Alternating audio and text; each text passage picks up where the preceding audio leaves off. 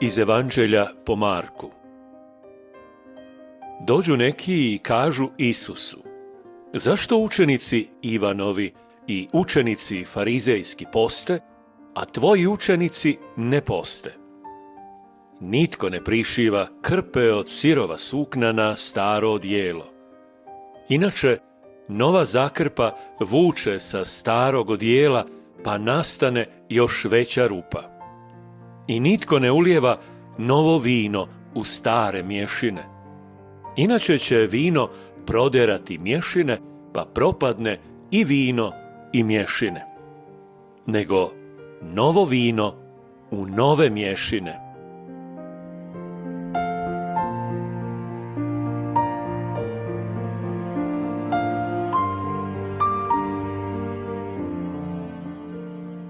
Lako nam se može u životu dogoditi da pobrkamo cilj i sredstvo. Ponekad nam sredstvo postane važnije od cilja, a ponekad nam i samo sredstvo postane cilj. Taj problem se događa i danas kada Isusa ispituju o postu i zašto neki drugi poste, a njegovi učenici ne poste. Prepoznajemo li se? Prepoznajemo li one svoje trenutke kada se više trudimo propitivati druge nego da sami rastemo? Post je predivno i neizmjerno moćno sredstvo, ali uvijek će ostati i samo sredstvo.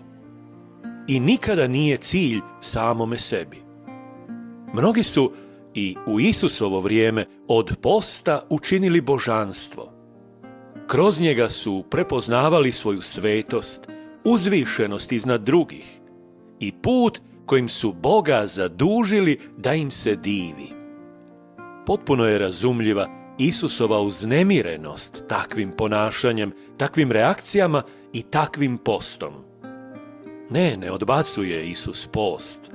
Dapače, i sam je postio i naglašavao važnost posta, pa čak i njegovu nužnost. Ali Isus se i vraća na post o kojem govori prorok Izaija.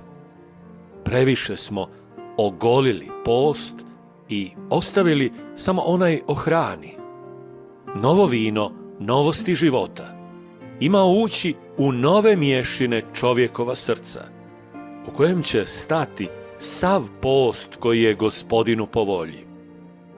Da bi čovjek mogao primiti novost Evanđelja, potrebno mu je novo srce. Do takvog srca Isusu je stalo više nego do ičega drugoga. Zato je došao. Zato je i spreman dati svoj život.